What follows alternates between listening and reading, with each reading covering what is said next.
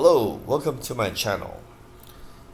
I am your friendly neighborhood Holy Bible explainer.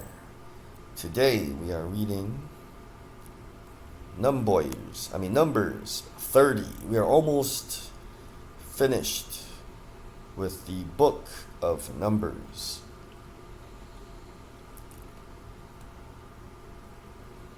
It is called Vows. Numbers 30, Vows. Moses said to the heads of the tribes of Israel, "This is what the Lord commands. When a man makes a vow to the Lord or takes an oath to obligate himself by a pledge, he must not break his word, but must do everything he said. When a young woman still living in her father's household makes a vow to the Lord or obligates herself by a pledge, and her father hears about her vow or pledge but says nothing to her, then all her vows and every pledge by which she obligated herself will stand. But if her father forbids her when he hears about it, none of her vows or the pledges by which she obligated herself will stand. The Lord will release her because her father has forbidden her. If she marries after she makes a vow, or after her lips utter a rash promise by which she obligates herself, and her husband hears about it but says nothing to her, then her vows or the pledges by which she obligated herself will stand. But if her husband forbids her when he hears about it, he nullifies the vow that obligates her or the rash promise by which she obligates herself, and the Lord will release her." So that's kind of normal. When you're married, husband and wife, let's say one of you is shopping, and you get into some kind of verbal agreement. It's normal to just go back and tell the person that you talked it over with your spouse, and after talking about it, no agreement. You can. That's what these verses are talking about. Any vow or obligation taken by a widow or divorced woman will be binding on her. If a woman living with her husband makes a vow or obligates herself by a pledge under oath, I just sort of heard a question. So at the very beginning, when it says a man has to do everything he said, not break his word, I think he just has to try. When you're transacting or making agreements, you really have to try to follow through with your end of the agreement. But you know as well as I that it has to be a good agreement. It has to be good for you, and it has to be good for the other person. One person, it can't be just good for one person. You get screwed, I mean, what kind of agreement is that? So at the start of this, you just really have to try to not break your word. So if a woman, this verse 10, verse 10, if a woman living with her husband makes a vow or obligates herself by a pledge under oath, and her husband hears about it but says nothing to her. It sounds like a repeat. But this is, I'm looking at a different paragraph. and does not forbid her, then all her vows, or the pledges by which she obligated herself, will stand. But if her husband nullifies them when he hears about them, then none of the vows or pledges that came from her lips will stand. Her husband has nullified them, and the Lord will release her. Her husband may confirm or nullify any vow she makes or any sworn pledge to deny herself. There's a note here. To fast. But if her husband says nothing to her about it from day to day, then he confirms all her vows or the pledges binding on her. So at this point it sounds like remember the Lord said that if a man dies without sons and has daughters, then the daughters can have property. So God, the Creator, the Lord, is not sexist. No, he doesn't hate women. Here, basically, he's saying that if she can go out there and make decisions, then those are her decisions.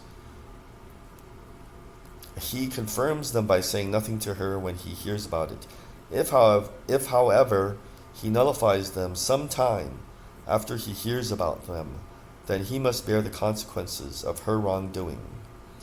These are the regulations the Lord gave Moses concerning relationships between a man and his wife, and between a father and his young daughter still living at home. Numbers 31. Vengeance on the Midianites.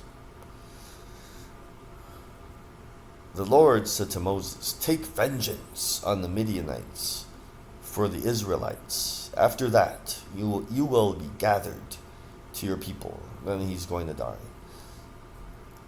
Moses will die. After vengeance. So Moses said to the people, "Arm some of your men to go to war against the Midianites, so that they may carry out the Lord's vengeance on the Midianites on them.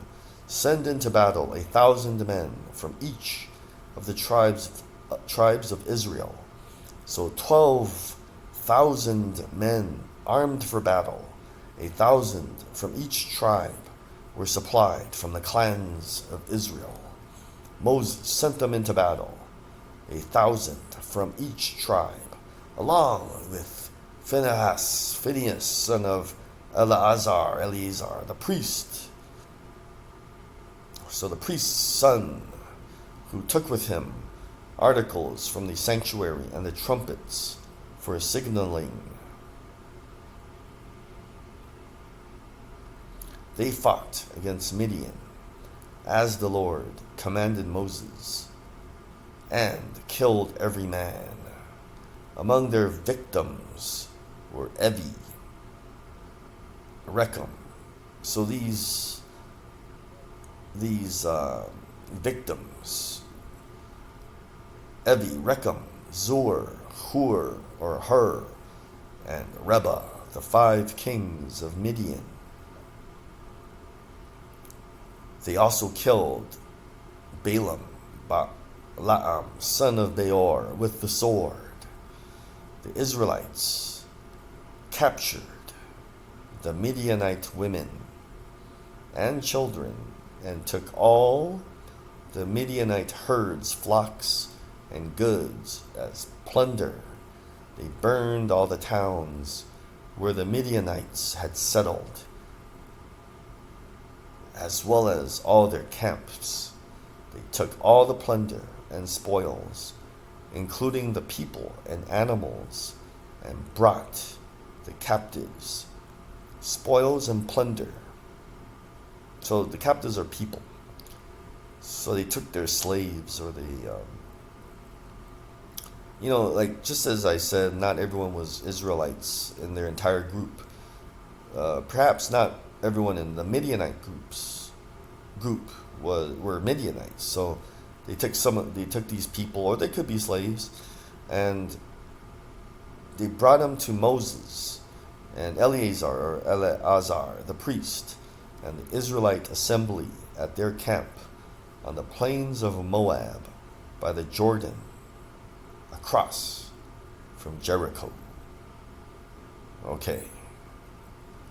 So we are very, very close to where they're supposed to be.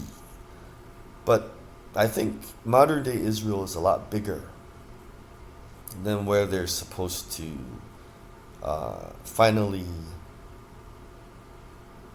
lay down their roots and call home the promised land. Because I've seen a map of Israel, and the Jordan is within modern day Israel. It's toward the southern part of Israel. So ancient Israel was more to the north of what is called Jerusalem, or right now we're talking about the Gaza Strip, but the Negev is even a little more south, or like southeast of Gaza. So ancient Israel is more north of Jerusalem. It could be, I don't know. Moses, Eleazar, the priest, and all the leaders of the community went to meet them outside the camp. Moses was angry with the officers of the army, the commanders of thousands and commanders of hundreds who returned from the battle. "Have you allowed all the women to live?" he asked them. They were the ones who followed Balaam or Balaam's advice and enticed the Israelites to be unfaithful to the Lord in the Peor incident, so that a plague struck the Lord's people. Now kill all the boys and kill every woman who has slept with a man. He's talking about kill all the Midianite women who slept with Israelites earlier. But save for yourselves every girl who has not slept with a man. Anyone who has killed someone or touched someone who was killed must stay outside the camp 7 days. On the 3rd and 7th days, you must purify yourselves and your captives. Purify every garment, as well as everything made of leather, goat hair, or wood. Then Eleazar, the priest, said to the soldiers who had gone into battle, "This is what is required by the law that the Lord gave Moses: gold, silver, bronze, iron, tin, lead, and anything else that can withstand fire must be put through the fire, and then it will be clean. But it must also be purified with the water of cleansing." Remember, God created something called the water of cleansing. You have to look at some earlier videos. And so it looks like one of the purposes for having it is to purify metal. You have to heat any metal, the Lord is saying, through or with. The Lord probably taught Eleazar the priest, that when you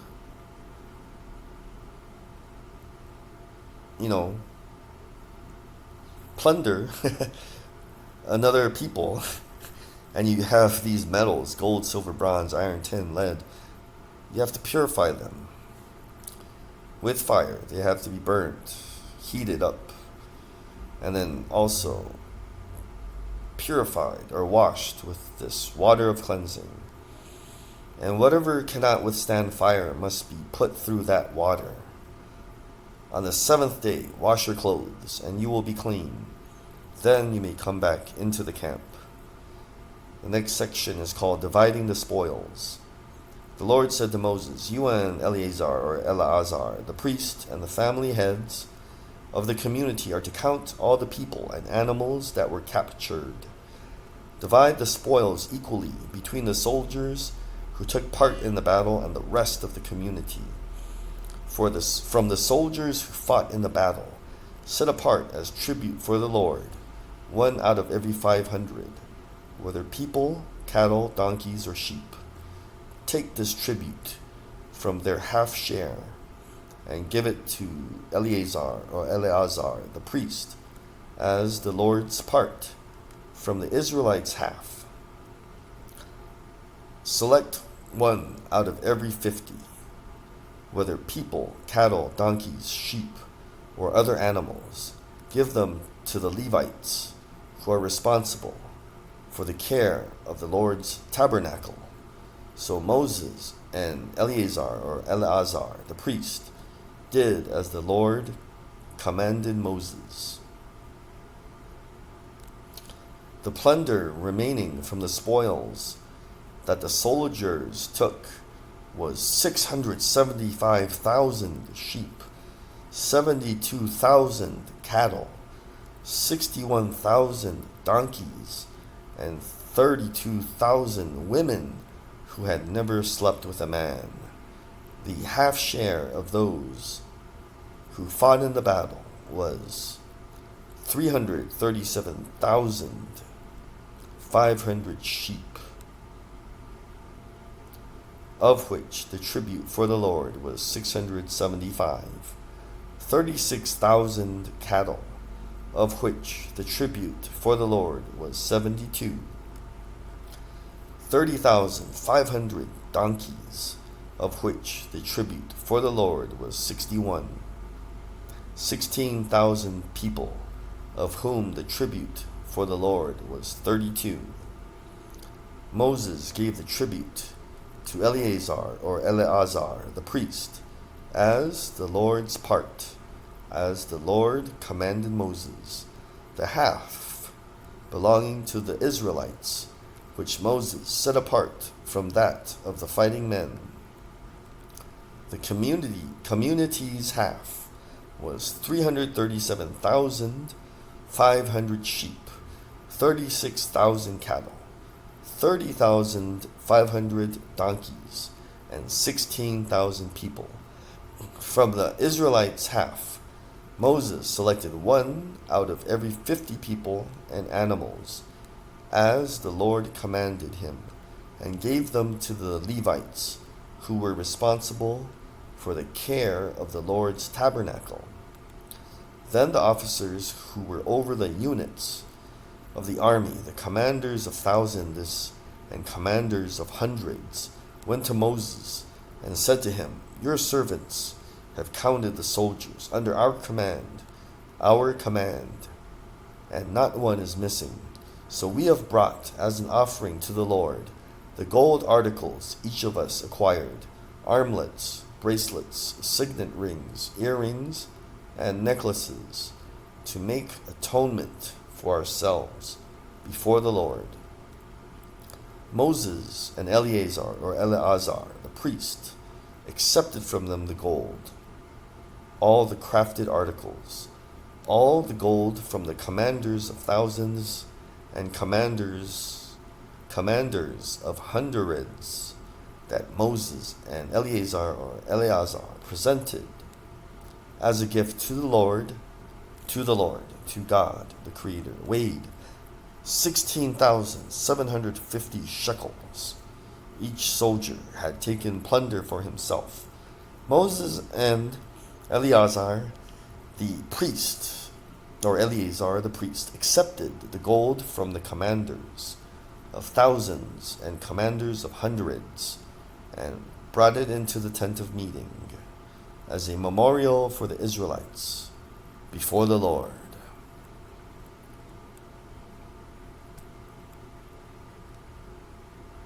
Numbers 32. This section is titled Transjordan Tribes. Numbers 32 again. The Reubenites and Gadites, who had very large herds and flocks, saw that the lands of Jazer and Gilead were suitable for livestock.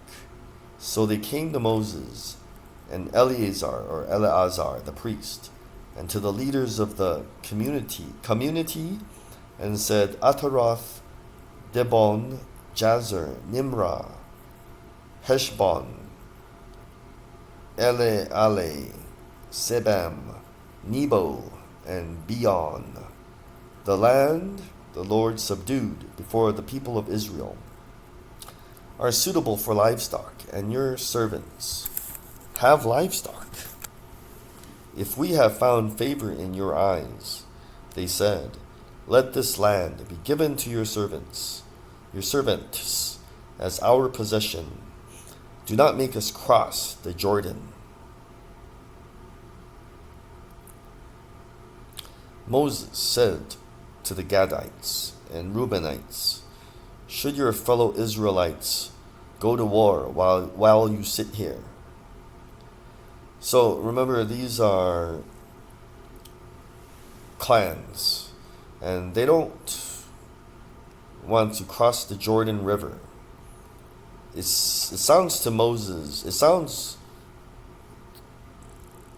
Moses saying he's astute. You guys, you two clans, you want to quit, and because Moses knows when they go into that land, they're going to have to fight a lot.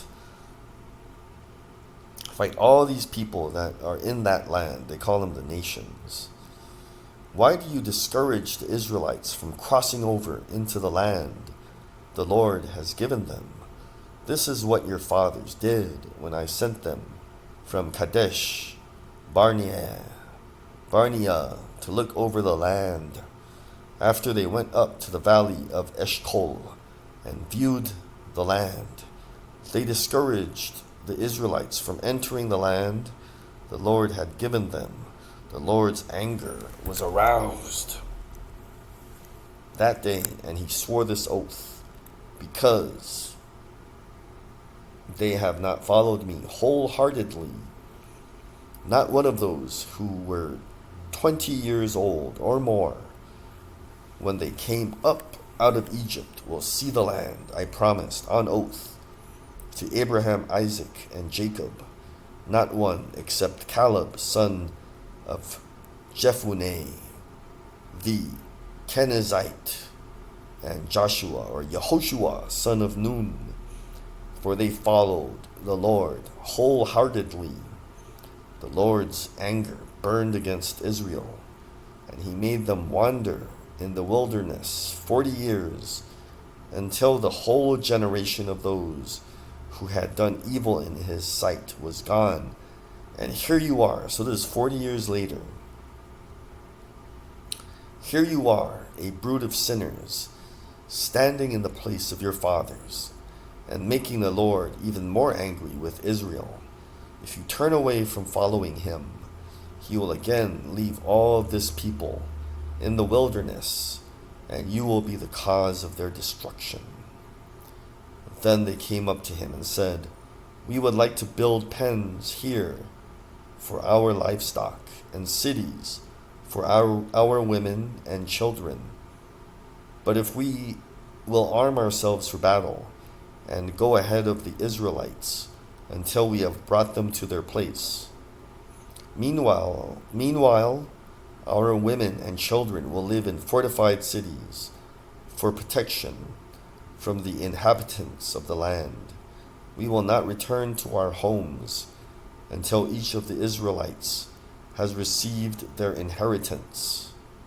We will not receive any inheritance with them on the other side of the Jordan, because our inheritance has come to us on the east side of the Jordan.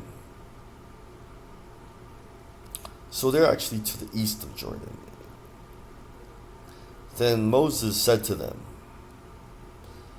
if you will do this, if you will arm yourselves before the Lord for battle, and if all of you who are armed cross over the Jordan before the Lord until he has driven his enemies out before him, Then when the land is subdued before the Lord, you may return and be free from your obligation to the Lord and to Israel, and this land will be your possession before the Lord. But if you fail to do this, you will be sinning against the Lord, and you may be sure that your sin will find you out. Build cities for your women and children, and pens for your flocks, but do what you have promised. The Gadites and Reubenites said to Moses, "We, your servants, will do as our Lord commands. Our children and wives, our flocks and herds will remain here in the cities of Gilead. But your servants, every man who is armed for battle, will cross over to fight before the Lord, just as our Lord says." Then Moses gave orders about them to Eleazar the priest, and Yehoshua son of Nun, and to the family heads of the Israelite tribes. He said to them, "If the Gadites and Reubenites, every man armed for battle, cross over the Jordan with you before the Lord, then when the land is subdued before you, you must give them the land of Gilead as their possession. But if they do not cross over with you armed, they must accept their possession with you in Canaan." The Gadites and Reubenites answered, "Your servants will do what the Lord has said. We will cross over before the Lord into Canaan armed, but the property we inherit will be on this side of the Jordan." Then Moses gave to the Gadites, the Reubenites, and the half-tribe of Manasseh, son of Joseph, the kingdom of Sihon, king of the Amorites, and the kingdom of Og, king of Bashan, the whole land with its cities and the territory around them. The Gadites built up Dibon, Ataroth, Aroer, Atroth, Shofan. So these must have been existing cities with these names: Jazer, Jogbehah, Beth Nimrah, and Beth Haran, as fortified cities, and built pens for their flocks. And the Reubenites rebuilt Heshbon, Elealeh, and Kiriathaim, as well as Nebo and Baal Meon. These names were changed. And Sibamah. They gave names to the cities they rebuilt. The descendants of Machir, son of Manasseh, went to Gilead, captured it, and drove out the Amorites who were there. So Moses gave Gilead to the Machirites, the descendants of Manasseh, and they settled there. Jair, a descendant of Manasseh, captured their settlements and called them Havoth Jair. Them the settlements of Jair, and Nobah, Nobah, captured Kenath and its surrounding settlements, and called it Nobah after himself. Let's read Numbers 33. Numbers 33, stages in Israel's journey. Here are the stages in the journey of the Israelites when they came out of Egypt by divisions under the leadership of Moses and Aaron. At the Lord's command, Moses recorded the stages in their journey. This is their journey by stages. The Israelites set out from Ramesses on the 15th day of the first month, the day after the Passover. They marched out defiantly in full view of all the Egyptians who were burying their dead, all their firstborn, whom the Lord had struck down among them, for the Lord had brought judgment on their gods. The Israelites left Ramesses and camped at Succoth. They left Succoth and camped at Etham on the edge of the desert. They left Etham, turned back to Hahiroth, to the east of Baal Zephon, and camped near Migdol. They left Hahiroth and passed through the sea into the desert. And when they had traveled for 3 days in the desert of Etham, they camped at Marah.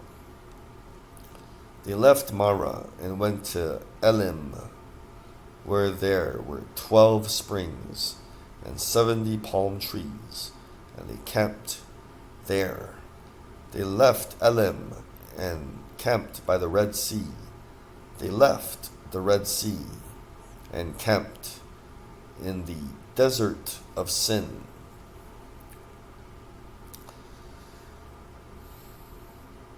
They left the desert of Sin and camped at Dafka. They left Dafka and camped at Alush. They left Alush and camped at Rephidim, where there was no water for the people to drink. They left Rephidim and camped in the desert of Sinai. They left the desert of Sinai and camped at Kibroth Hata'ava. They left Kibroth Hata'ava and camped at Hazeroth. They left Hazeroth and camped at Rithmah.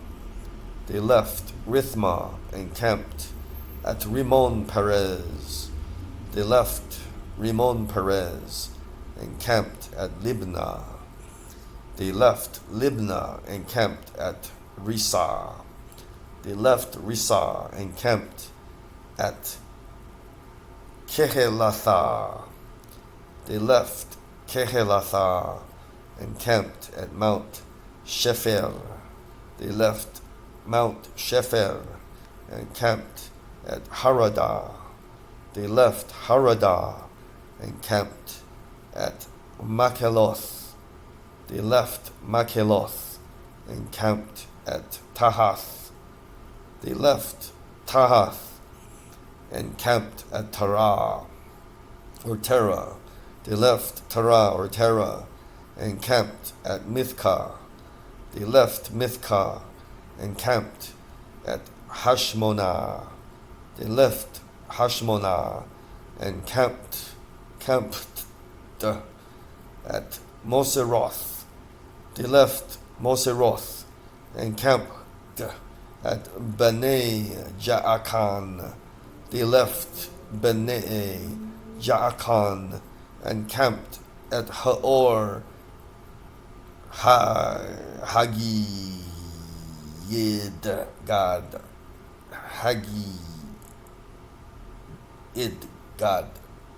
Haor Hagidgad. Yeah. Haor Hagidgad. They left Haor Hagidgad and camped at Joth Batha. They left Joth Batha and camped at Abronah. They left Abronah and camped at Zion. It's more pronounced Zion, not Zion. Zion, Etzion, with like a TZ. Etzion Geber. Geber. Zion Geber. They left Etzion Geber. They left Zion Geber and camped at Kadesh in the desert of Zin. They left Kadesh and camped at Mount Haor on the border of Edom. At the Lord's command, Aaron the priest went up Mount Haor, where he died, on the first day of the 5th month of the 40th year after the Israelites came out of Egypt. Aaron was 123 years old when he died on Mount Haor. The Canaanite king of Arad, who lived in the Negev of Canaan, heard that the Israelites were coming. They left Mount Haor and camped at Zalmonah. They left Zalmonah and camped at Punon. They left Punon or Punon and camped at Oboth. They left Oboth and camped at Aye, Abarim on the border of Moab. They left Aye, Abarim and camped at Dibon Gad. They left Dibon Gad and camped at Almon de Blathaim. They left Almon de Blathaim and camped in the mountains of Abarim near Nebo. They left the mountains of Abarim and camped on the plains of Moab by the Jordan across from Jericho. All right, let's figure this out. Let's take a look at a map and see where Jericho was. Map of where Jericho once was.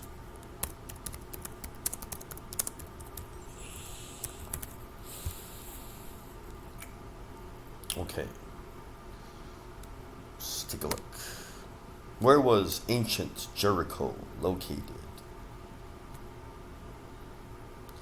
Northwest of present-day Jericho in Palestine.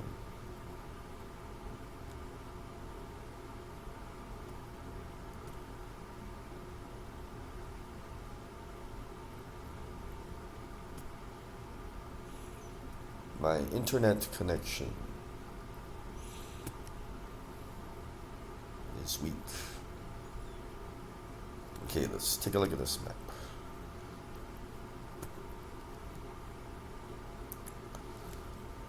We will look at this map, and I can see that. Okay, there's the Sea of Galilee, and the Jordan River runs from the Sea of Galilee to the Dead Sea, which is not the same as the Red Sea. Let's see what the Red Sea is. The red map. Red Sea. The Red Sea, red, R-E-D, is the sea that is between Egypt, Ethiopia, Eri, and Saudi Arabia, and Yemen.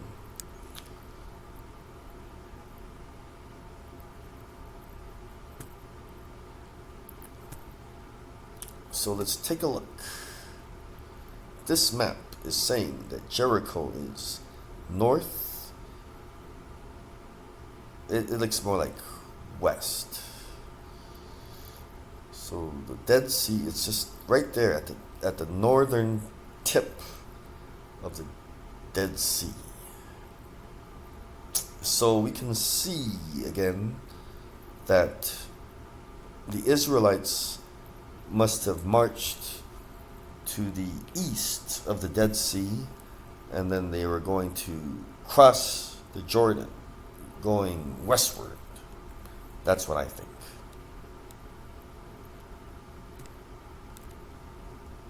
Let's go back to our reading.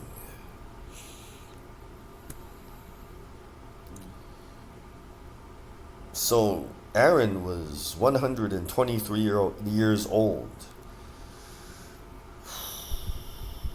So we ended with many of these places.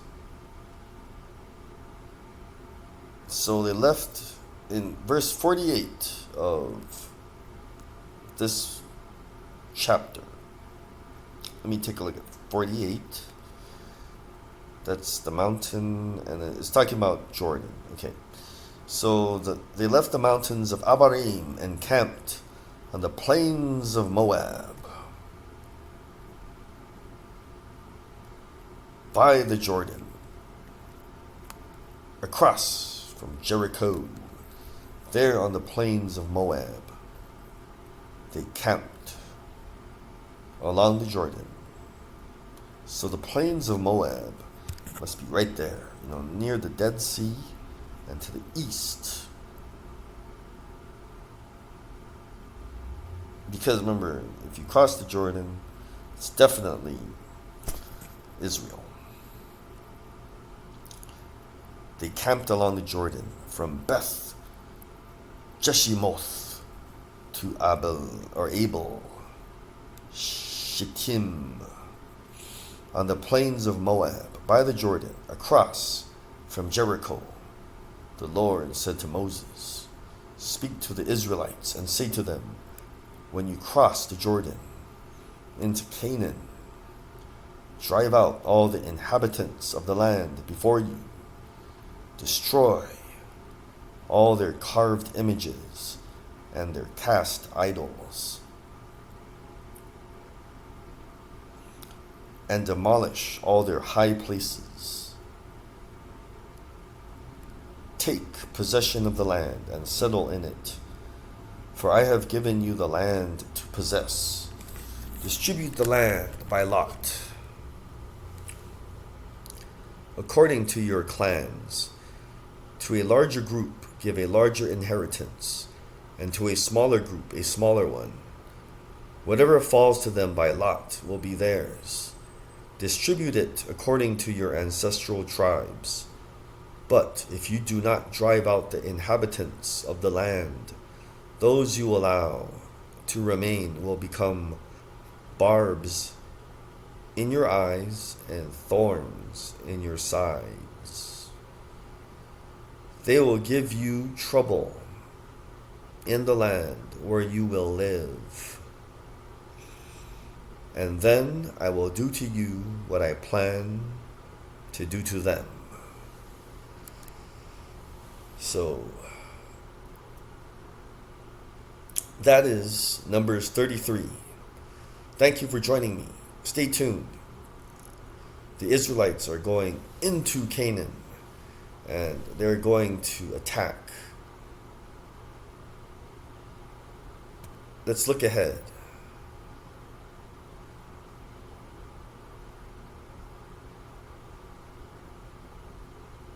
They're going to attack the inhabitants of Canaan. Thank you for listening. Keep God first, and He'll take you places.